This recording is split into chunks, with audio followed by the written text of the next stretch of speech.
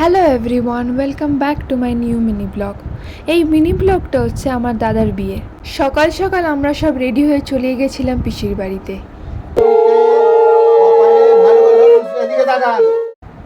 আমরা সবার থেকে এক্সাইটেড ছিলাম হলুদ তত্ত্ব নিয়ে যাওয়ার জন্য বৌদির বাড়িতে। সবাই একসাথে এক গাড়িতে আমরা সবাই মজা করতে করতে যাব।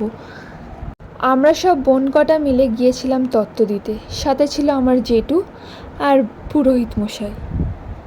যেতে হতো অনেকটা পথ, তাই জন্য দেখো আমার মা আর জেঠিমা মিলে আমাদেরকে বলে দিচ্ছে যে ঠিক করে যেতে।